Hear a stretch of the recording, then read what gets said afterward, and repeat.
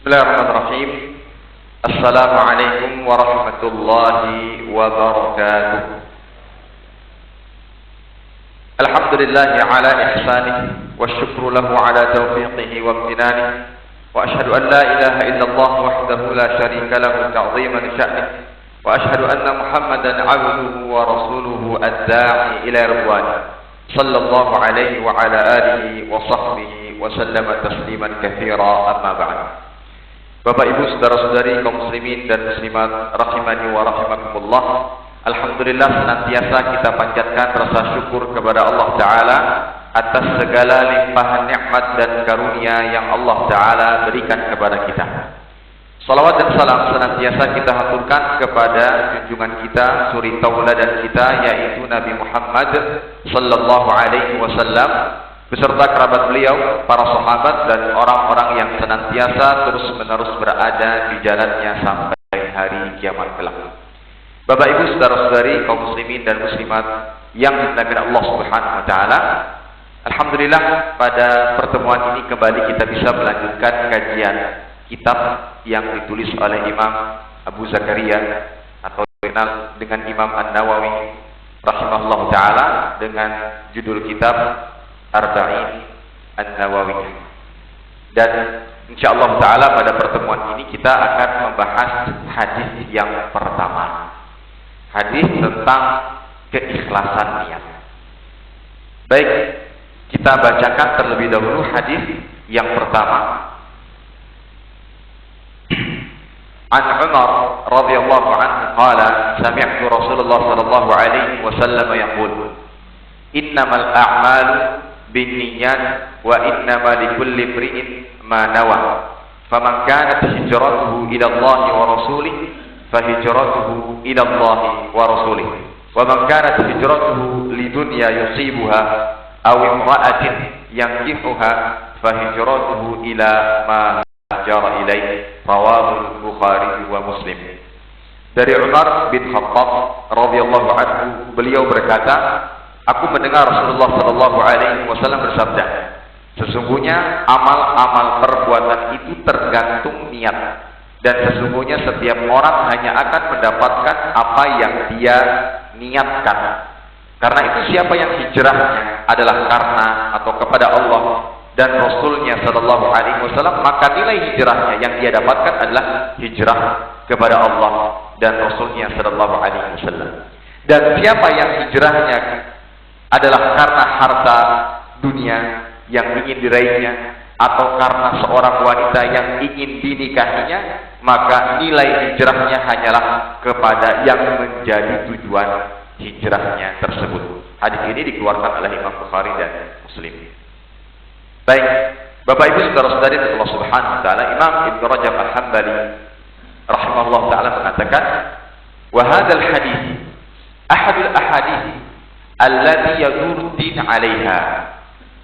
Hadis ini adalah hadis yang menjadi poros agama. Hadis ini adalah hadis yang menjadi poros agama yang menunjukkan betapa agungnya dan mulianya hadis ini. Yang mana tidaklah patut bagi seorang hamba tidak mengetahui keutamaan dan kandungan yang terdapat di dalam hadis ini, karena ia adalah poros agama yang mana banyak permasalahan din itu kembali kepada hadis innamal a'malu binniyat. Dan banyak pula di antara kitab-kitab para ulama, terutama kitab hadis yang diawali dengan hadis innamal a'malu binniyat. Kenapa? Karena agungnya dan mulianya hadis ini. Ya. Dan terdapat perkataan dari Imam Asy-Syafi'i rahimahullah taala yang mana beliau mengatakan hadzal hadis thuluthul ilm. Hadis ini adalah sepertiga ilmu.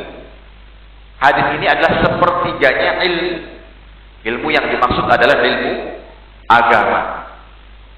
Yang mana Imam Ahmad menjelaskan bahwa pokok Islam usuluddin ala salatati ahad. Pokok-pokok Islam itu tegak di atas 3 hadis. Hadis yang pertama, hadis yang kita bacakan. yang berkaitan dengan keikhlasan. Innamal a'malu binniyat. Hadis yang kedua, hadis Aisyah radhiyallahu taala anha, Rasul sallallahu alaihi wasallam bersabda, man ahdatsa fi amrina hadza ma laysa minhu fa huwa raddun. Yang mengada-ngada dalam kami apa yang bukan bagian darinya, bukan bagian Islam, maka dia tertolak. Dan hadis yang ketiga kata Imam Ahmad, hadis dari sahabat Nu'man bin Bashir radhiyallahu anhu, yang mana Nabi sallallahu alaihi wasallam bersabda, al-halala bayyinun wal harama bayyinun. Halal itu jelas dan haram itu telah dijelaskan dalam Islam. Semua atau pokok-pokok agama itu kembali kepada hadis ini. Yang pertama berkaitan dengan keikhlasan. Ibadah apapun Bapak Ibu sekalian kita lakukan, sholatnya, puasa, haji, atau ibadah praktis yang ada tata cara tertentu, atau ibadah non praktis, membantu, menolong, itu semua tidak akan diterima oleh Allah Ta'ala jika tidak mengamalkan hadis yang pertama. Bahkan nanti kita akan sebutkan hadis, ada 3 golongan yang pertama kali dilempar dan dimasukkan ke dalam neraka. Siapa mereka? Ada yang baca Quran, ahli ilmu, ada yang Allah, ada yang suka bersedekah. Kenapa kok mereka dilempar pertama kali ke dalam neraka? Sebabnya tidak mengamalkan hadis yang pertama, yaitu ikhlas. Maka dari itu Imam Syafi'i mengatakan hadis ini adalah sepertiganya ilmu yang harus diketahui oleh seorang hamba. Adapun yang kedua berkaitan dengan ibadah yang harus sesuai dengan tuntunan contoh dari Rasulullah Sallallahu Alaihi Wasallam. Jika tidak maka tertolak. Dan yang ketiga berkaitan dengan kehalalan dan keharaman, agar apa yang kita lakukan, apa yang kita makan, apa yang kita konsumsi, apa yang kita pergunakan jauh dari keharaman. Oleh karena itu sekali lagi kita katakan bahwa hadis ini adalah hadis yang sangat agung. Hadis yang sangat agung. Yang belum pernah belajar, bersyukurlah Allah Ta'ala berikan kesempatan untuk bisa mempelajari hadis ini. Yang sudah mengetahui, yang sudah mempelajari, maka dia perlu untuk mengulangi agar semakin menancap di dalam hati dan lebih merasa betapa agungnya dan mulianya hadis. Baik, Bapak saudara-saudari yang Allah Subhanahu wa taala, yang menarik adalah mengapa hadis yang begitu mulia ini, hadis yang begitu penting ini, dan memiliki kedudukan yang sangat tinggi dalam agama karena dia adalah sepertiganya ilmu agama, hanya diriwayatkan oleh satu sahabat. Siapa yang meriwayatkan hadis ini? Satu sahabat, yaitu Umar bin Khattab radhiyallahu taala anhu saja. Atau kalau dilihat dari sisi ilmu hadis, hadis ini dikelompokkan di deretan hadis-hadis ahad. Hadis yang hanya diriwayatkan oleh satu perawi di setiap tingkatan, di setiap generasi. Sahabat satu, tabi'in satu, tabi'ut tabi'in satu. Kenapa kok hadis ini hanya diriwayatkan oleh satu perawi saja di setiap tabaqah, di setiap generasinya? Bukankah hadis ini hadis yang mulia? Baik, sebelum menjawab pertanyaan tersebut, kita harus tahu dulu bahwa hadis ini walaupun diriwayatkan oleh satu perawi di setiap tabaqahnya, tetapi hadis ini adalah hadis yang sahih diriwayatkan oleh Imam Bukhari dan Muslim. Ada sebagian yang meragukan kesahihan, kevalidan hadis ahad. Hanya diriwayatkan satu orang saja. Ini ada keraguan di dalamnya. Mungkin ada yang berpemikiran demikian. Maka kita jawab. Yang pertama, walaupun yang meriwayatkan hadis ini satu, tetapi jika didukung dengan qarinah pendukung yang menunjukkan bahwa yang meriwayatkan hadis ini dipercaya, maka hadisnya diterima. Kita berikan contoh sederhana, misalkan salah satu di antara pian-pian di sini ada yang sangat dipercaya, memberi kabar bahwa insya Allah nanti ada hajatan Bapak Fulan. Pian-pian kada percaya kan? Nggak percaya dengan berita yang disampaikan oleh Bapak itu. Padahal kita sepakati orangnya baik, akhlak mulia, itu korinah-korinah pendukung-pendukung yang membuat kita ya percaya, karena memang yang menyampaikan adalah orang yang jujur, dikenal amanah. Bukankah kita sepakati demikian? Ya. Maka sama halnya dengan periwayatan hadis. Walaupun yang meriwayatkan satu orang di setiap generasinya, tetapi kalau seandainya ada pendukung-pendukung, misalkan, dan tidak sembarangan Bapak Ibu sekalian, untuk menjadi seorang perawi hadis yang hadisnya diterima, dia harus adil, dhabit, punya hafalan yang kuat, tidak menyelisih perawi-perawi kuat lainnya, tidak sembarangan. Bahkan ada sebagian yang jika diketahui tidak menunjukkan marwah kewibawaan seorang talibul ilmi, hadisnya diragukan. Orang yang pernah berdusta walaupun dustanya kepada binatang, diragukan hadisnya.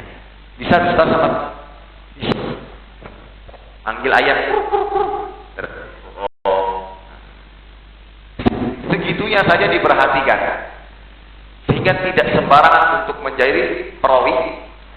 Kalau seandainya sudah diketahui bahwa perawinya memang kuat, disepakati oleh orang-orang yang menilainya, maka hadisnya diterima. Ini secara akal kita, ya. Kenapa hadis ahad juga diterima?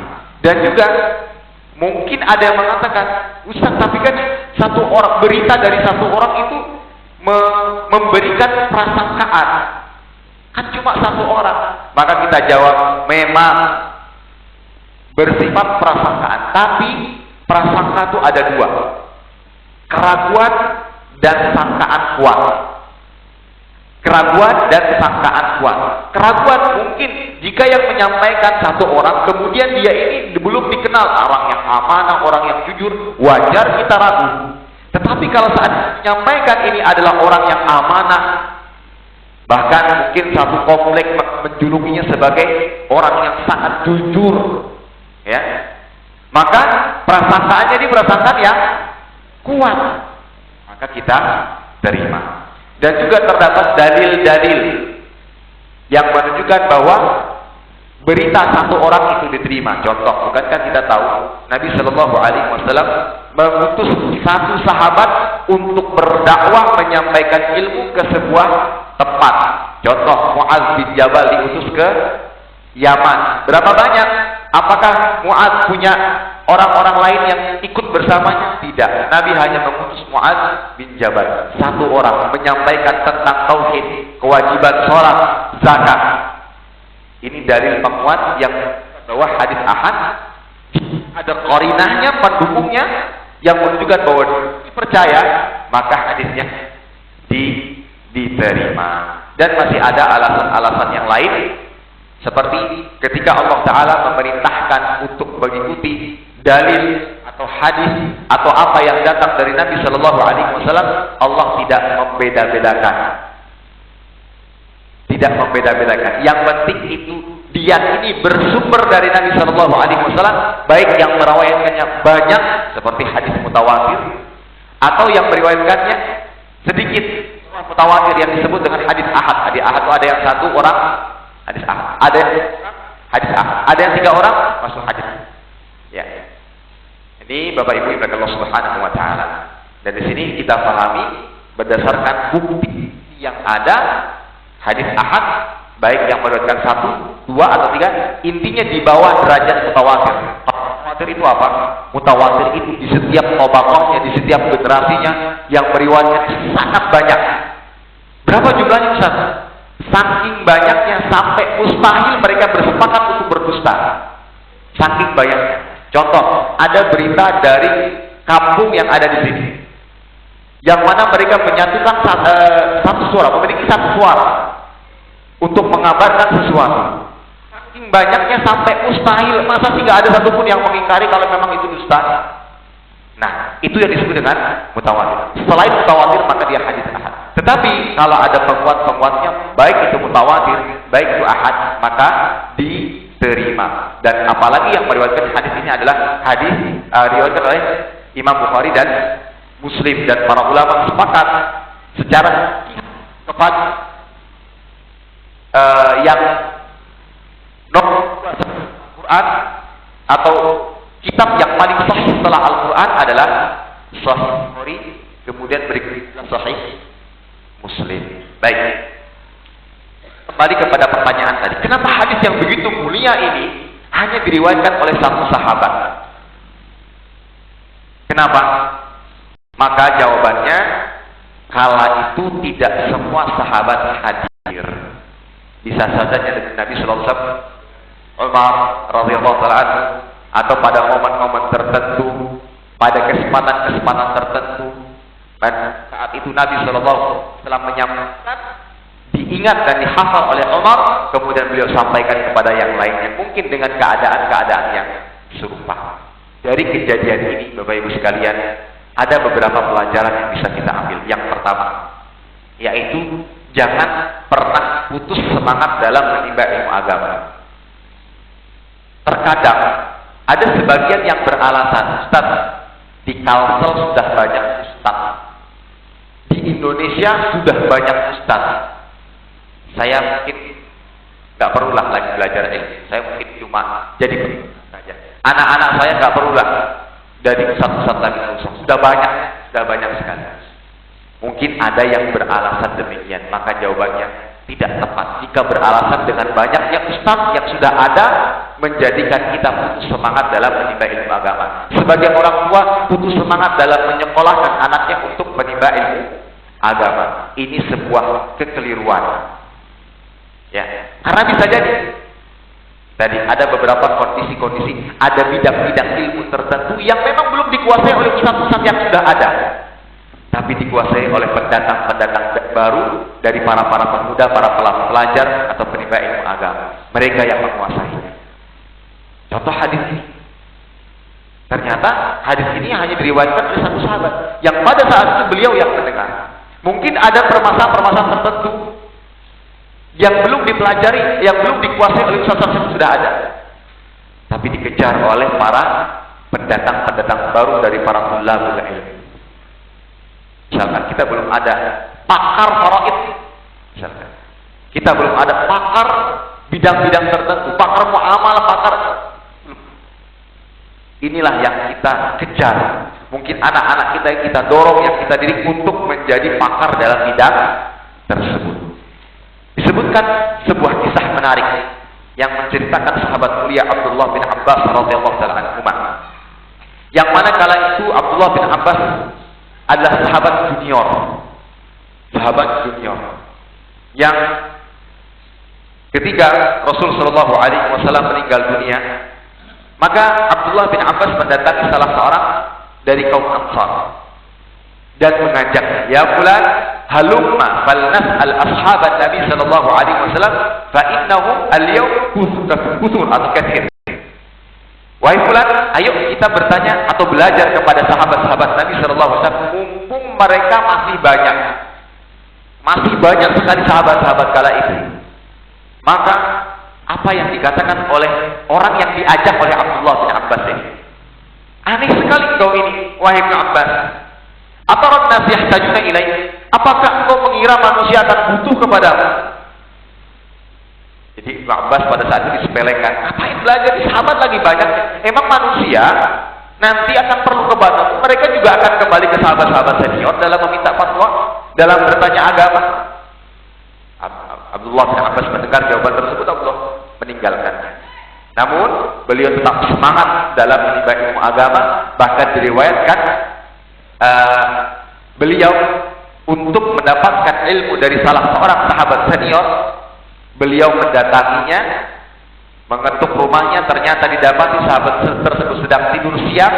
Beliau pun menunggunya di depan rumahnya sambil rebahan, berbantalkan atau diselendangi dengan atau dikenai dengan debu-debu pasir yang ada di sekitarnya, menunggu dan khawatir mengganggu sang guru yang sedang istirahat siang. Lihat bagaimana semangat Abbas dalam mendapatkan sebuah hadis. Sampai-sampai ketika sahabat senior ini keluar, terkejut mendapati putra paman Nabi Shallallahu Alaihi Wasallam. Kan dia termasuk ahlul bait. Sampai sahabat ini mengatakan, ya ibnu ammi Rasul Shallallahu Alaihi Wasallam, ma ja'abi, wahai putra paman Rasul Shallallahu Alaihi Wasallam, kenapa engkau ini? Ala arsalta ilaika fa'ati. Kenapa engkau enggak utus satu orang saja menyampaikan kepadaku bahwa engkau ingin belajar sehingga aku yang datang kepadamu? Dan sahabat ini masih ingin memuliakan ahlul bait dan memang seperti itulah yang diperintah. Maka apa yang dikatakan oleh Abdullah bin Abbas, dia tidak meninggikan nasabnya, tapi karena yang paling mulia itu adalah orang yang paling bertakwa, sehingga dia tidak nasabnya. Katakan, ana ahaqqu an ati, aku yang lebih berhak untuk datang kepadamu. Belajarlah, belajar, ya, yang pada akhirnya siapa yang tidak kenal dengan sahabat mulia Abdullah bin Abbas, ahli tafsir, dan banyak sekali kalau kita buka kitab-kitab tafsir tidak lepas dari perkataan Abdullah bin Abbas radhiyallahu taala anhu sampai ketika beliau menjadi seorang ulama besar, orang yang pertama kali tadi diajak datang kepada Abdullah bin Abbas mengatakan, engkau adalah orang yang cerdas. Nah, dari sini kita ulang kembali pelajarannya adalah jangan merasa ketika ustaz sudah banyak kemudian itu menjadi pemutus semangat kita untuk belajar, untuk menimba ilmu agama, atau untuk menyekolahkan anak-anak kita di lembaga-lembaga Islam yang memfokuskan dan memperhatikan ilmu agama. Karena tidak semua bidang mungkin dikuasai ustaz-ustaz yang ada. Dan apakah ustaz ini akan hidup selama-lamanya? Tidak. Ada saatnya mereka akan mendahului, akan meninggal dunia, sehingga harus ada yang meneruskan estafet mereka. Ini pelajaran berharga, pelajaran yang tersembunyi yang bisa kita ambil dari kenapa hadis ini hanya diriwayatkan oleh satu sahabat. Ya, yang menunjukkan semua harus semangat dalam belajar. Karena bisa jadi ada sebuah permasalahan yang belum sampai di yang lainnya, tapi kita dapatkan dengan semangat dalam menimba ilmu agama. Baik, Bapak Ibu saudara-saudari yang Allah Subhanahu wa taala, hadis ini menunjukkan akan kewajiban memiliki niat yang ikhlas. Hadis ini hadis yang menunjukkan bahwa ikhlas itu perkara yang wajib. Sebagaimana Nabi mengatakan, innamal a'malu bin, sesungguhnya amalan itu tergantung pada niatnya. Dan nanti kita akan jelaskan apa yang dimaksud. Di antaranya adalah diterima tidaknya, sah tidaknya, itu bergantung pada niat. Yang mana ini menunjukkan bahwa niat yang ikhlas itu wajib hukumnya. Niat yang ikhlas itu wajib. Jika tidak, maka kita semua melakukan hal yang sia-sia.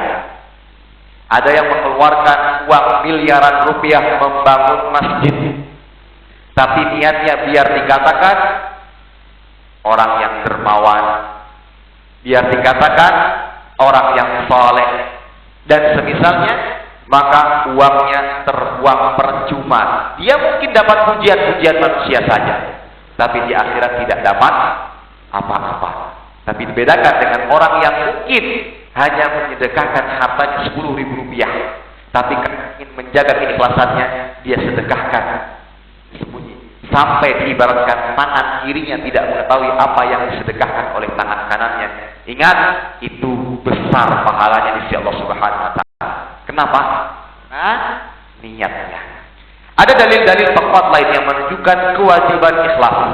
Di antaranya dikuatkan lagi dengan firman Allah Ta'ala dalam surat Al-Bayyinah ayat 5. Allah berfirman, wa ma umiru illa liya'budullah mukhlishina lahud-din. Tidaklah mereka diperintahkan kecuali hanya menyembah Allah Ta'ala dan memurnikan ketaatan hanya kepadanya. Memurnikan ini adalah keikhlasan, ya. Dan kalau kita lihat dari sisi bahasa, ketika dalam ayat ataupun hadis diawali dengan penafian, Wama umiru, tidaklah mereka diperintahkan. Tetapi setelah itu ada pengecualian, kecuali para ulama mengatakan ini menunjukkan penekanan. Jadi perintah itu bertingkat-tingkat. Ada yang perintah biasa, tapi ada yang perintah ditekankan. Seperti diantaranya dengan cara pengulangan. Nah, belajar. Nah, belajar. Bapaknya mengulanginya beberapa kali. Perintahnya ditekankan. Tapi ada yang perintah cuma sekali. Jadi perintah itu ada tingkat. Nah, ini diantaranya. Ketika diawali dengan penafian, kemudian setelahnya ada pengecualian, kan tidaklah mereka diperintahkan kecuali ini menunjukkan penekanan. Baik. Dalil yang lain penguat yang menunjukkan wajibnya ikhlas adalah dalam surat Al-Kahfi ayat 110. Di antara ayat disebutkan faman kana yarju liqa'a rabbih falyamal amalan shalihan wa la yusyrik bi ibadati rabbih ahad. Barang siapa yang mengharapkan perjumpaan dengan Rabbnya, maka hendaklah ia mengerjakan amal yang saleh dan janganlah ia mempersekutukan seorang pun dalam peribadatan kepada Rabbnya.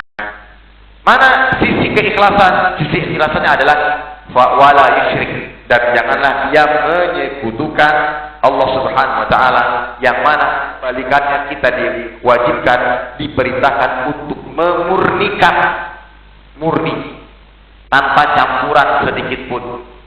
Ya, emas murni, air murni, nggak ditambah gula, nggak ditambah teh, kopi murni, air putih bersih. Maka itulah yang maksud murni. Niat kita, tujuan kita dalam ibadah hanya untuk Allah Ta'ala semata.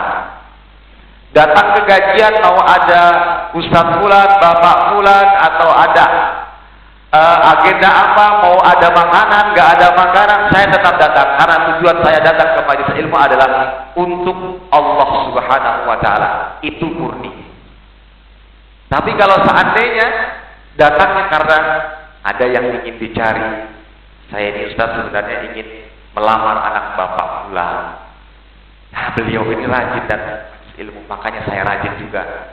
Tapi pas kebetulan beliau nggak ada, saya kurang semangat. Kan beda niatnya.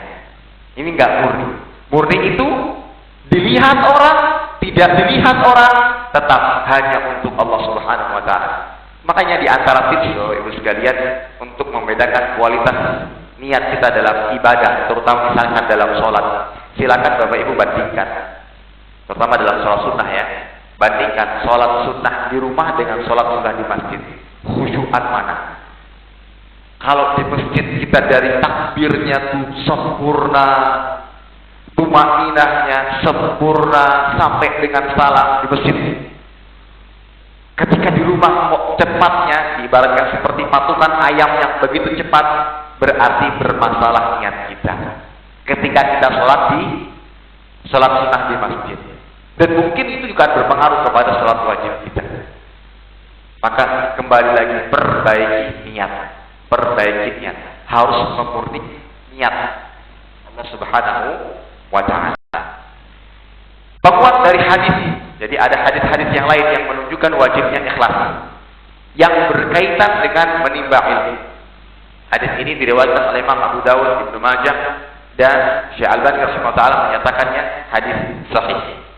Rasulullah sallallahu alaihi wasallam bersabda, "Man ta'allama ilman mimma yubtagha bihi wajhullah azza wa jalla la yata'allamu illa liyusiba bihi 'aradan min ad-dunya lam yajid 'arfal jannah yaumil qiyamah." Barang siapa yang berilmu yang sebenarnya harus ditujukan hanya untuk mengharapkan pahala Allah, wajah Allah, namun ia mempelajarinya hanya untuk mendapatkan materi duniawi, maka ia tidak akan pernah mencium bau surga pada hari kiamat. Datang ke majelis ilmu namun tujuannya lain, bukan murni untuk Allah, maka dia tidak akan mencium bau surga. Mencium saja tidak, bagaimana memperolehnya? Sama halnya mencium makanan saja tidak.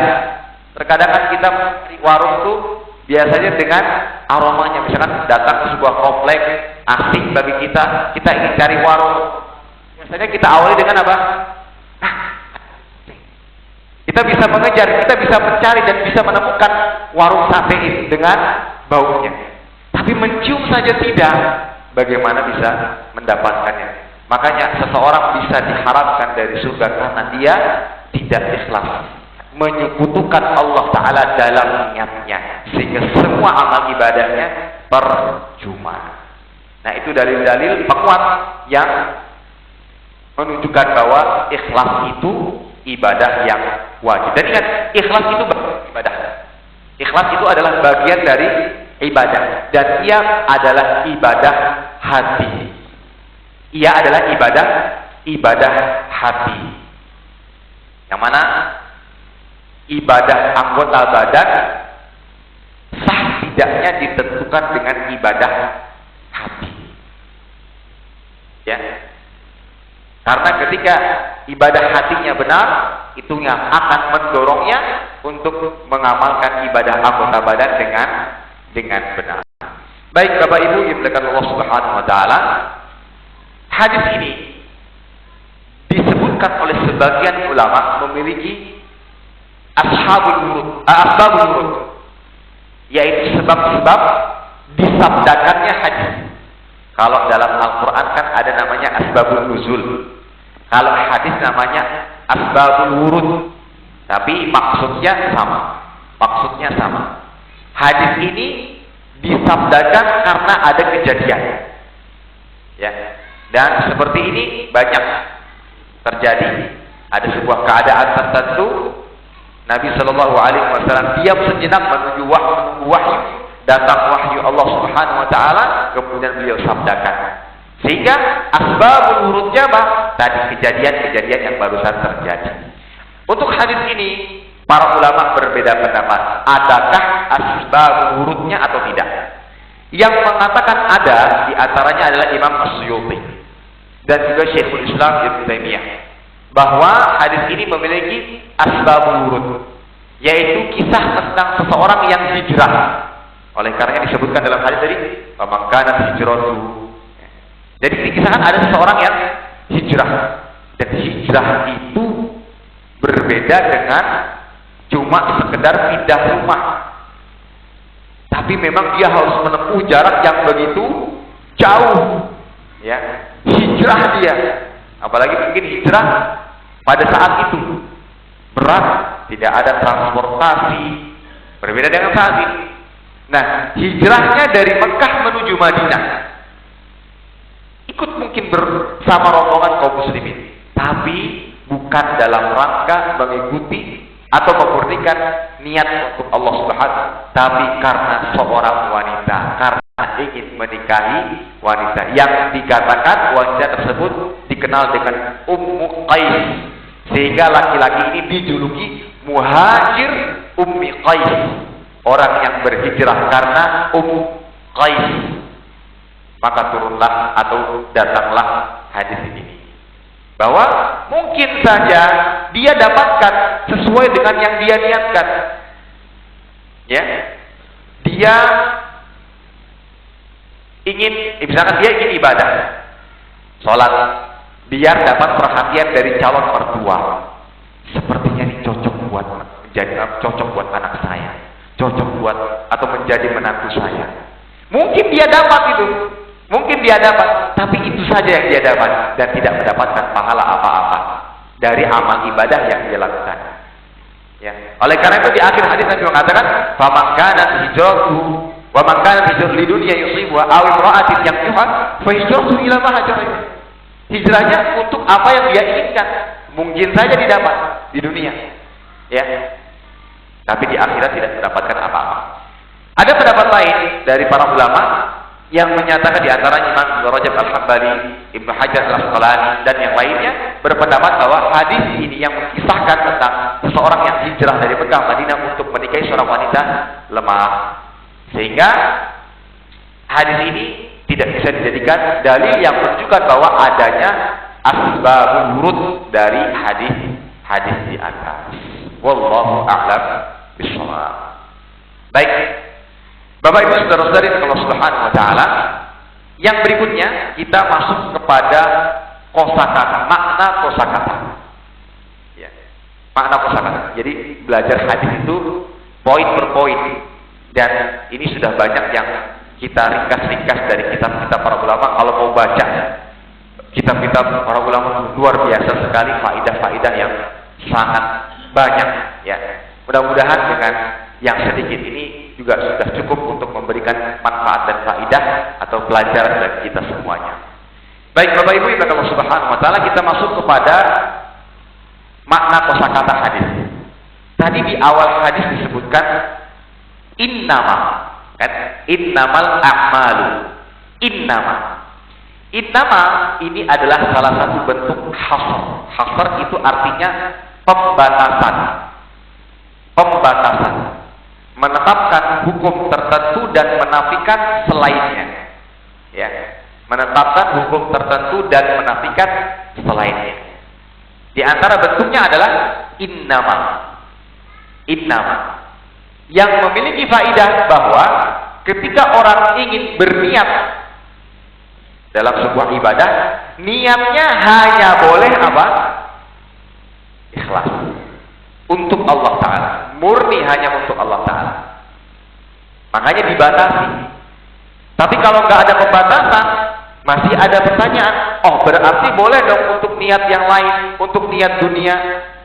Tapi ketika sudah ada pembatasan, amal ibadah jika mau diterima, jika ingin mendapatkan pahala, maka hanya boleh dengan memurnikan niat hanya untuk Allah Subhanahu wa taala. Ini makna kosakata dari innama. Baik. Kemudian yang berikutnya, innamal a'mal. A'mal itu artinya adalah amalan-amalan. Saya sudah belajar bahasa Arab. Amalan-amalan, perbuatan-perbuatan kan juga ada af'al. Kenapa nggak pakai af'al? Kenapa harus a'mal? Nah, ini lihat di antara keindahan bahasa Arab. Di antara keindahan bahasa Arab. Mungkin kalau diterjemahkan ya sama artinya. Tapi dalam penggunaan kata bahasa Arabnya banyak sekali.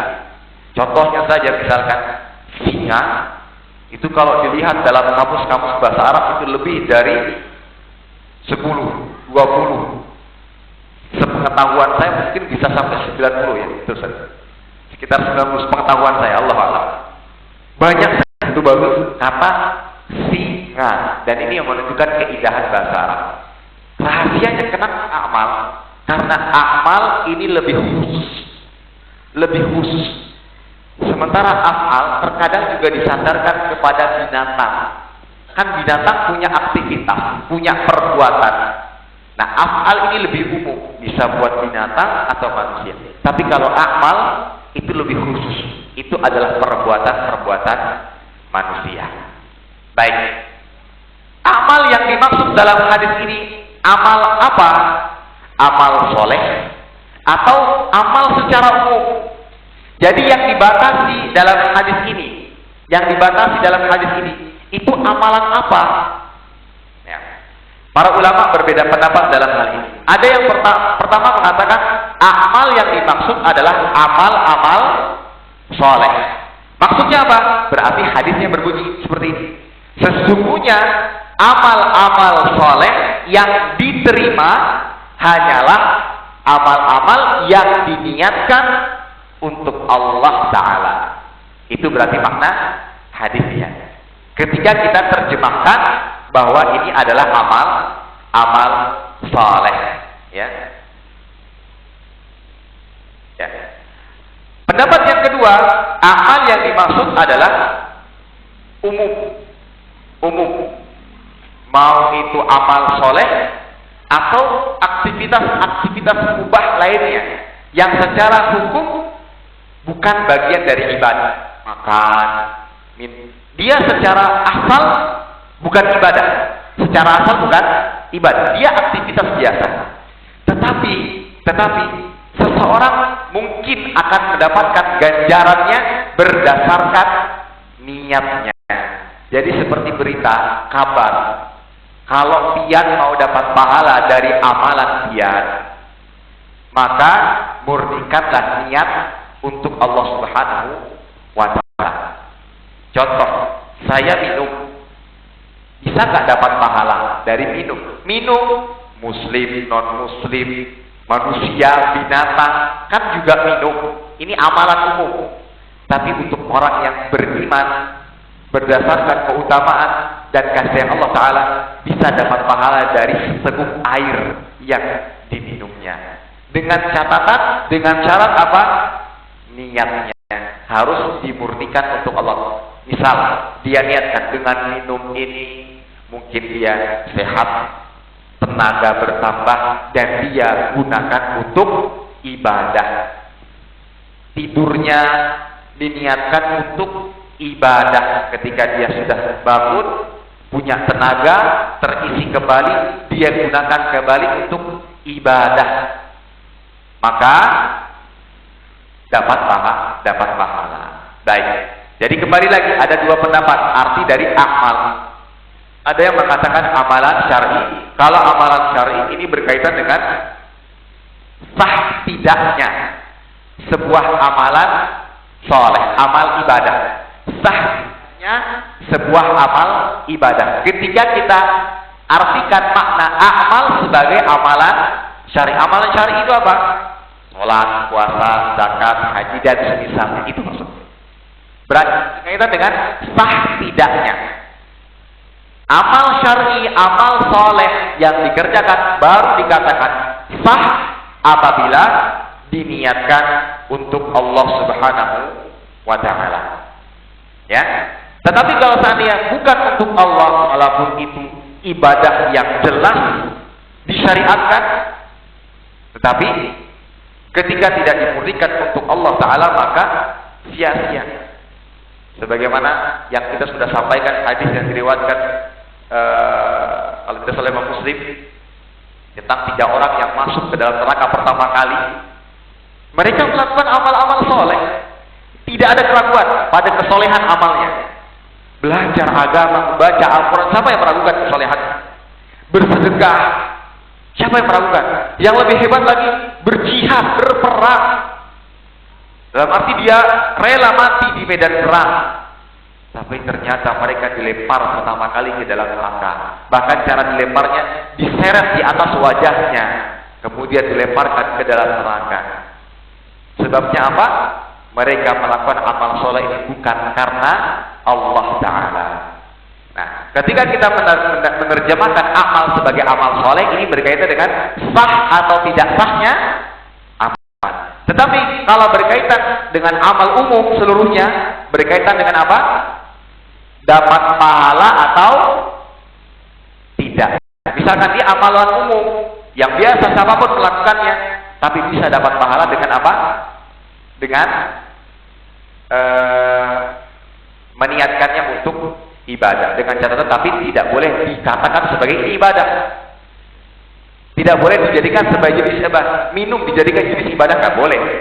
Hanya saja dalam minum, ketika sambil minum kita niatkan dari tenaga yang kita dapatkan, kita gunakan untuk ibadah kepada Allah Subhanahu wa Ta'ala. Baik, mudah-mudahan jelas makna dari amal. Baik, mungkin kita cukupkan tema kajian kita pada pembahasan kajian kita pada kesempatan ini, dan insya Allah masih dilanjutkan lagi di kesempatan berikutnya.